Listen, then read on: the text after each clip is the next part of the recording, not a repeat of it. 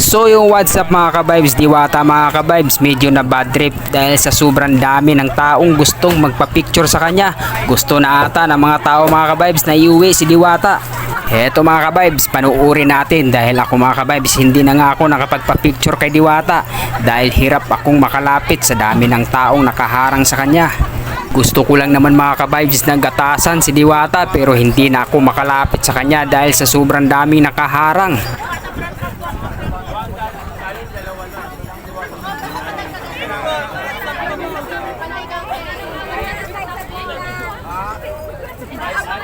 Salamat.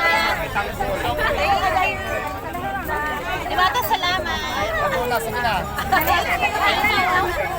Sige na. Sige na.